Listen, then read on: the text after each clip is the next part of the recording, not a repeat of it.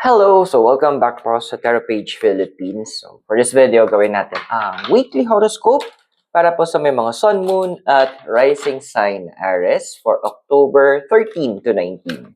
Kung bago ka, subscribe, like, and share. At kung hindi mo alam kung ano yung Sun, Moon, at Rising Sign mo, importante siya. Sa end ng video, we have a link para mong panoorin. Readings are for guidance purposes, so use your free will wisely. At kung kailangan nyo po ng private reading, spellworks, or gusto nyo mag-donate using Gcash Maya, nasa description po yung info. And also, you can use the thanks button sa baba. Okay, Aries. Kamusta ka ba? So, we have here is a card of the Chariot. So, andun kasi na medyo kailangan mo na mag-explore. Ayan. Andun yung urge mo na parang lumabas ka na sa comfort zone mo, which is dapat patagal mo nang ginawa. Now, Aries, what I'm seeing here kasi, meron na yung inner desire na explore. So, maladora ang peg natin. Explore in the sense na, alam mo yung kung napanood mo na yung Encanto na movie, may part na kinanta si Isabela. Ang tanong niya kasi doon, what else can I do? So, parang ganun yung peg mo ngayon, na tinatanong mo, ano pa? Ano pa bang meron? Saan pa ba ako? Tapos yung kay Moana, di ba, how far will I go? Yun yung mga tanong mo. yun yung cravings mo ngayon na kailangan mong mag-expand, kailangan mong mag-grow, hindi ka pwedeng maging stagnant, hindi ka pwedeng mapirme kung nasan ka, na alam mo na meron pa ikaw na pwedeng ma-acquire in the process. Now, yung crossing mo, sakitin natin dito, is the Nine of Pentacles. So, this card is actually advice, ang sinasabi kasi dito, two things dalawang bagay yung medyo kinukulang ka in terms of expansion. Unang-una, of course, yung resources. Kasi, in any expansion naman, kailangan talaga natin resources. Hindi lang naman pera eh. Pwedeng oras, skills, talent. Pero yung most importantly, pangalawa na nakikita ko dito na kinukulang is yung knowledge. Yung tipong, yung desire, andun na yung desire eh. Andun na yung eagerness, andun na yung, talagang may gigil na. Pero, in terms of knowledge, kulang pa. Which is madaling gawa ng paraan yon kasi andoon na willing ka eh. So, knowledge, madali mo siya ma-acquire. So, maraming paraan pa paano mag-acquire ng knowledge. Sa panahon natin ngayon with the internet, madali siyang gawin. So, andun na lang yung paano mo lalaruin yung capacity mo to search yung kailangan mo. Now, yung desire card mo is the card of judgment. Alam mo, ganito yes, andoon na gusto mo parang umangat, maging better sa life mo. Kasi may mga tao kang gusto sanang extendan ng help. That is very nice. Pero ang concern ko dito, sa card mo to, is andoon na, maganda adhikain mo na makatulong sa kanila. Pero nasa na sila nung kailangan mo sila? Nasaan sila nung tipong naghihikaos ka? Nasaan sila nung tipong nangailangan ka? Hindi naman sa sinisiraan ko sila, pero kino-question ko yung kapasidad nila na suportahan ka sa mga oras na wala ka. Na walang-wala ka.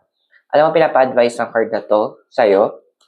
Mag-focus ka doon sa mga tao na nung panahon na wala ka, hindi sila nawala. Nung panahon na nadapa ka, sila yung nag-abot ng kamay sa'yo. Nung panahon na nahihirapan ka, andon sila, nagbibigay ng tulong sa hanggat kaya nila. Doon ka mag-focus ngayon. Hindi kung kani-kanino. Kasi nakita mo nito, ang kulay naman nila eh. Now, the other sa foundation mo is yung Ace of Swords. So, nahigats ko naman bakit may mga tao kang gustong bumalik sa'yo kasi nakita mo yung kapasidad nila tsaka yung alam nila, kaya nilang gawin, yung connection nila. Pero, sila lang ba yung pwede? Tandaan mo, ang partner mo dito ang universe. At ang universe, napakalawak ng connection niya, napakalawak ng kaalaman niya.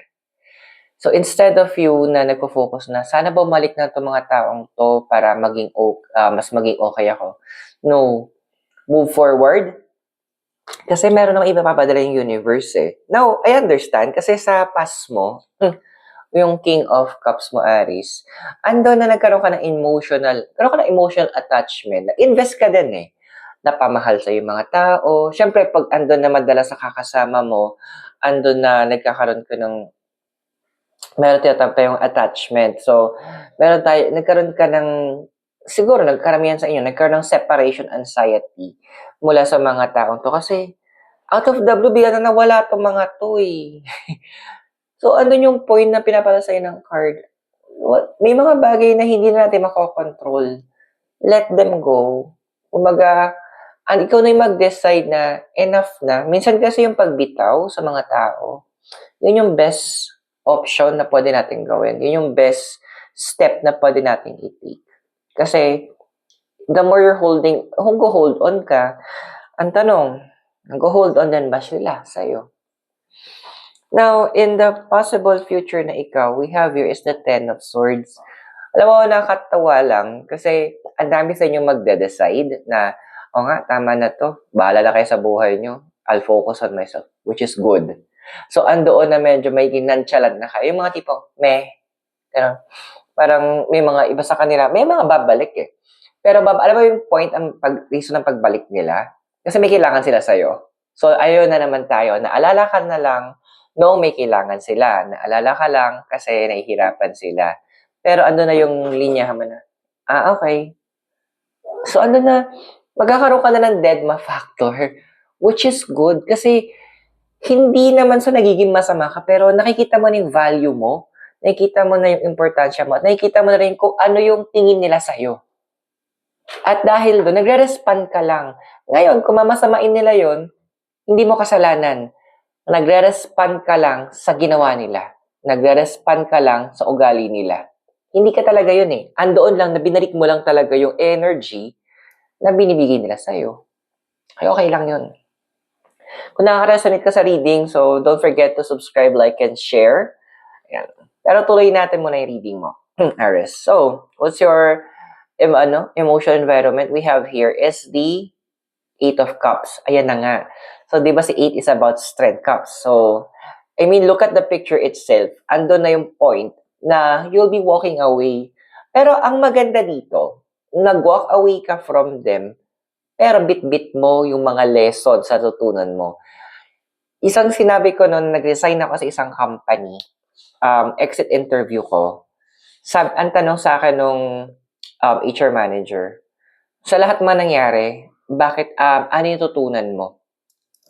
Sabi ko, natutunan ko yung mga bagay na hindi dapat gawin sa iba. Natutunan ko yung mga bagay, mga salitang dapat iwasan ko kasi ako mismo nakaranas kung gano'ng kasakit yun para sa akin, nakababa ng moral ko at nakakasakit ng damdamin. Yun ang tutunan ko, kaya hindi ko siya gagawin sa ibang tao. Same thing with you. Yun yung dadalin mo. What not to do. Now, the physical environment we have here is the Four of Cups. Well, sa una, andoon na mahirap. Okay, wala namang madali na process. Usually, di ba, the first step is always the hardest. Minsan nga yung kakalabanin mo yung katamaran mo, yun yung pinakamahirap yung first step Pero once na nagawa mo na yung first step, tuloy-tuloy na siya. So, andito the physical environment, yes, magkakaroon ka ng parang learning curve na tinatawag. Pero, makukuha mo yung momentum And sinasabi sa'yo ng Four of Cups, once nakuha mo yung momentum, push na. Ilaban mo na to. Kasi, kumbaga sa pag-akyat ng kotse sa bundok, di ba dito sa Baguio, huwag ka titigil sa gitna. Please lang kasi, Diyos ko, may hirapan ka makuha yung momentum mo. So, once you're there, diretso lang. Now, yung hopes and fears mo, we have here is si Knight of Swords ba to? Knight of Swords. No, you know what? Huwag kang matakot na mag-venture pa into the unknown. Kasi pinapakita ng card dito, along the way, doon makikita yung mga kailangan mo. Along the way, yung mga taong kailangan mo, darating sila. Then, hindi sila maaga, hindi sila late. Saktong-sakto lang, which is yun yung talaga ang ginagawa ng universe. Diba sabi nga ni King Solomon, Ecclesiastes chapter 3, verse 1, there's a time for everything. A season for every activity. At hindi late, hindi maaga ang universe sa ganitong paraan. So, kung ano yung mga kailangan mo, yung mga kakailanganin mo, it will be there. Saktong-saktong darating yan kapag kailangan mo. Because in the near future, you have the temperance. The temperance alam mo ba ang temperance is associated to with Sagittarius. Sagittarius is tungkol siya sa higher knowledge, philosophy, at long travels. So, what I'm seeing here, that there will be people with the placements of Aries, na literal, you will be going places. Why? Because you will need to communicate with people. Ba't ka makipag-communicate? Simple lang. To expand your knowledge. Kasi yung knowledge na yun, yung next stepping stone mo for a better and stronger you. Ayan na yung mga pusa. So, I hope nakatulong yung readings. Those are for guidance purposes. Use your free will wisely. Kung bago ka, subscribe, like, and share. And also, kung gusto mong magpa-private readings or spell works or donate, the details are in the description below, or you can use the thanks button sa baba. Aries, maraming salamat. God bless, Namaste, Hare Krishna, and blessed be. And hope to see you soon. Mula po dito sa Baguio City, si Zero, kasama mo kulit ang mga pusa. You have a great day. I'll see you on our next video.